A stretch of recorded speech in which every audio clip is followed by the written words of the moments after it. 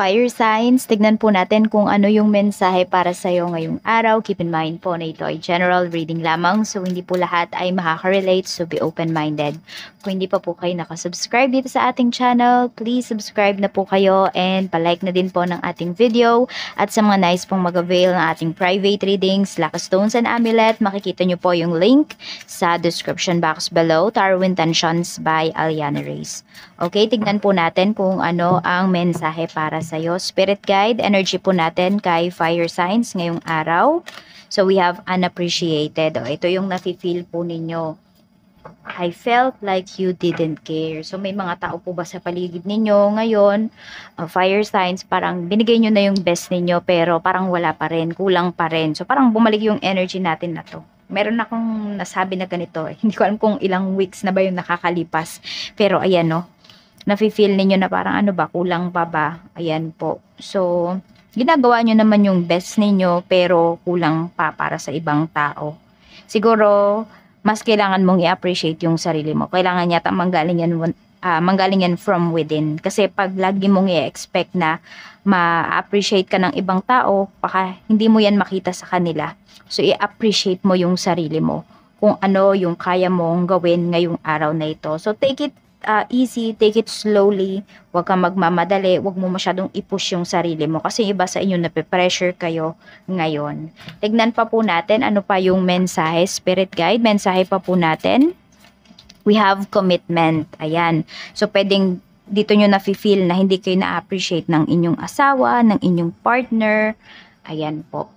I want you to be a part of my future. So pwedeng sinasama mo yung taong to sa mga nangyayaring magaganda sa life mo pero parang minamasama niya. Alam mo yung nakikita ko dito, parang feeling niya is nagmamalaki ka sa kanya. Parang 'di ba, instead na i-appreciate nga niya yung ginagawa mo, ang nangyayari dito, pwedeng nagka-clash or mainit yung ulo nitong person mo. Parang parang nagmamalaki to sa akin. Yun yung dating sa kanya. Parang pinagyayabangan mo siya. Kung hindi mo to partner, pwedeng ito ay mga taong nasa paligid mo, ganyan, na hindi natutuwa sa mga achievements mo. Na tipong kahit para naman din sa kanila yun, or sabihin natin, hindi yun totally para sa kanila, pero magbe-benefit sila doon. Tignan natin kung ano pa yung mensahe para sa'yo. Fire signs. Tignan natin. We have chaser. Ayan. I don't want to chase anymore. Ayan po. So, pwedeng kayo ito. Napapagod na talaga kayong i-please yung mga tao sa paligid ninyo. Kasi nga, hindi naman talaga na-appreciate. Tapos yung iba din sa inyo, nape-pressure na kayo dito. Parang gusto nyo na lang sumuko. Gusto nyo na lang bumitaw. Yan po yung nararamdaman. Ayan din. No, meron tayo dito dishonesty. So, yun pa. May mga tao pa dito na parang niloloko ka. By lying, I ripped us apart. So, may nagsisinungaling sa'yo dito.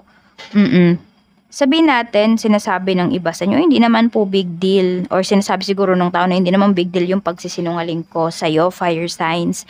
Pero nagsinungaling pa rin yung tao na yan. Kesyo white lies yan or lies yan para para hindi ka masaktan. Nasaktan ka pa rin at the end of the day nung nalaman mo.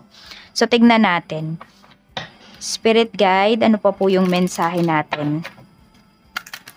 Spirit guide, mensahe pa po natin kay fire signs, Aries, Leo, Sagittarius. Ano po ang mensahe para ngayong araw na ito? For fire signs, we have love. Ayan, so you give all your love talaga. Pag nagmahal ka, marami sa inyo parang bakla kayong magmahal. Fire signs, diba yun yung sinasabi nila, yung bigay todo lahat. Definitely yes, mukhang merong magpo-propose yata sa inyo dito. Ayan no, commitment. So pwedeng ready na talaga kayo for a higher commitment.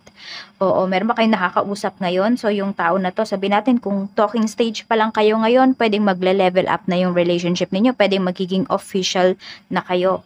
Meron naman dito pwedeng magpapakasal. So congratulations po ayan sa mga ikakasal ngayong araw. Best wishes po para sa inyo. Hello and goodbye. Ayan, kasi nga napagod na din yung iba sa inyo dito. Pwedeng ang ayaw nyo nang i-chase dito, hindi naman tao. Pwedeng yung progress sa career ninyo. Ayan po. Pwedeng merong tao dito or merong company dito, merong trabaho na sobrang pinapahirapan po kayo. So parang gusto niya na talagang i-give up yun. So, ayan, baka may mga nagbabalak ditong lumipat ng trabaho. Oo. gusto nyo na yatang mag-resign. Happy surprise. Ayan, may surprise kayo na marireceive ngayong araw na ito. Something very good is about to happen. So, expect nyo ito. Kasi may mga magaganda naman pong mangyayari sa life ninyo ngayon, fire sign. So, hindi naman puro stress yan. Ayan, siguro ito, baka feeling mo ito, meron ngang sisinungaling yun pala, susorpresahin ka. So, tignan pa po natin. So, Sagittarius, happy birthday nga po pala. So, yung birthday reading mo, naka-upload na po yun. Hindi ko kasi kayo lagi nababate, nakakalimutan ko. Pero ayun, try nyong panoorin kung hindi nyo pa po napapanood. Happy birthday Sagittarius yata yung title nun. Hindi ko na natatandaan. Pero ayan, so proceed na po tayo sa iba pang energy para ngayong araw na ito. Tignan natin yung trabaho mo. Spirit guide, kamusta po sa trabaho? Si fire signs ngayong araw na ito. Unahin muna natin yung ambience dyan sa work. Meron tayong Queen of Wands, puro palaban. So, sobrang busy po oh. Tapos parang meron ding party, di ko alam kung Christmas party nyo na ba or ano ba itong pinaghahandaan. Parang puro occasions po kasi yung pinag-uusapan dyan sa trabaho ngayon. So mga busy talaga, parang kanya-kanya kayong events. Tignan po natin yung mga co-workers mo. We have 8 of Swords. Ayun nga, hindi na magkandamayaw yung mga katrabaho mo sa pag-aasikaso dito. Yan, meron din dito, parang hindi na magla-lunch, ganun, dire-diretso yung trabaho niya. Or could be makakaligtaan niyang kumain. We have 2 of Cups. Ito naman yung energy mo. So, busy ka din naman. Ayan po. Kaya lang kasi, nandito yung, pwede nga, di ba sabi ko, parang kanya-kanya kayo ng ginagawa. So, pwedeng mayroon ka dito, fire signs na mga groupmates, ganyan, dito sa project na ito. At nakikita ko naman kasi dito na maayos yung pagde-distribute ng mga trabaho ninyo dito. Ayan. So, happy kayo dito kasi lahat kayo kumikilos at lahat kayo may ginagawa. Parang walang lamangan. Ayan. You feel each other's cup. Kayo ng mga ka-groupmates mo or could be ng mga katrabaho mo. Ayan, kung hindi lang isa yung busy, lahat kayo busy. Tignan po natin pagdating naman sa negosyo. Tignan natin yung sales. We have Page of Wands. Talaga namang meron kayong gustong ma-reach, which is, syempre, lahat naman ng business is gusto makakota. Hindi ba? Araw-araw. So, ayan, Page of Wands. Actually, yung iba sa inyo, hindi ko alam, parang may inaakyat. Hindi ko alam kung may inaayos ba dyan sa bubong nung establishment, ganyan. Or meron pa ba kayong inaakyat na puno. Hindi ko alam kung ano yung binibenta ninyo. No? Ayan, no? Page of Wands. Ayan.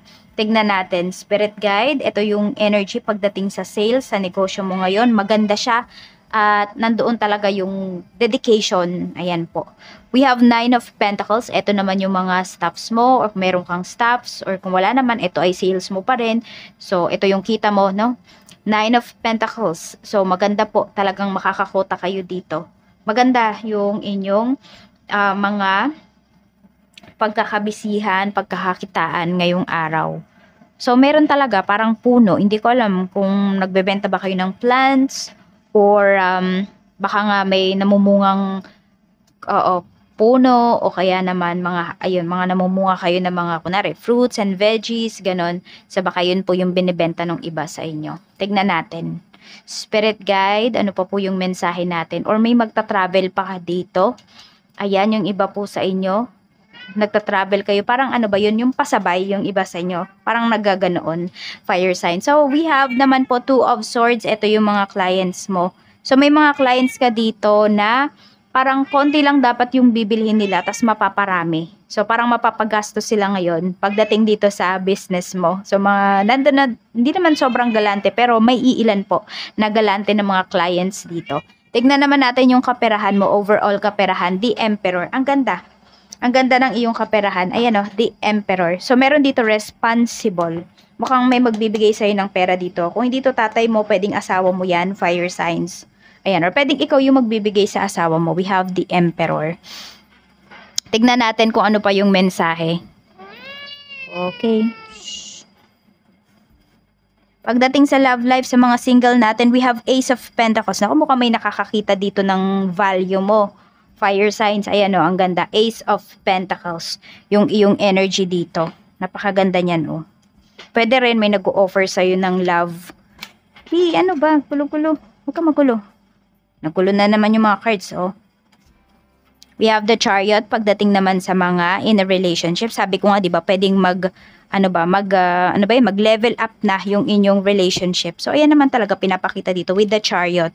So, meron nga po dito pwedeng ikakasal talaga. Di ba yung, alam mo yung parang nakasakay sa kalesa. Yan. Oo. Or sa, sa sasakyan na pangkasal. Ayan po. Dimitri, no. Nanggugulo na naman siya. We have 4 of Wands para naman po sa mga mag-asawa. So, pwedeng meron kayong isi-celebrate dito. Pwedeng anniversary. Ayan po. Tapos, yun nga, sabi ko nga, di ba, may happy surprise tayo dito. So, baka may mag-surprise talaga sa'yo. Yan, yung asawa mo, yung family mo, or pwede rin may gatherings kayo ngayon, or mayroon kayo ditong salo-salo. Ayan po, mukhang may salo-salo kayo ngayon dito. So, ayan po, fire signs. Maraming salamat po at pasensya na po kayo dito kay Dimitri. Ayan. Nanggugulo na naman siya.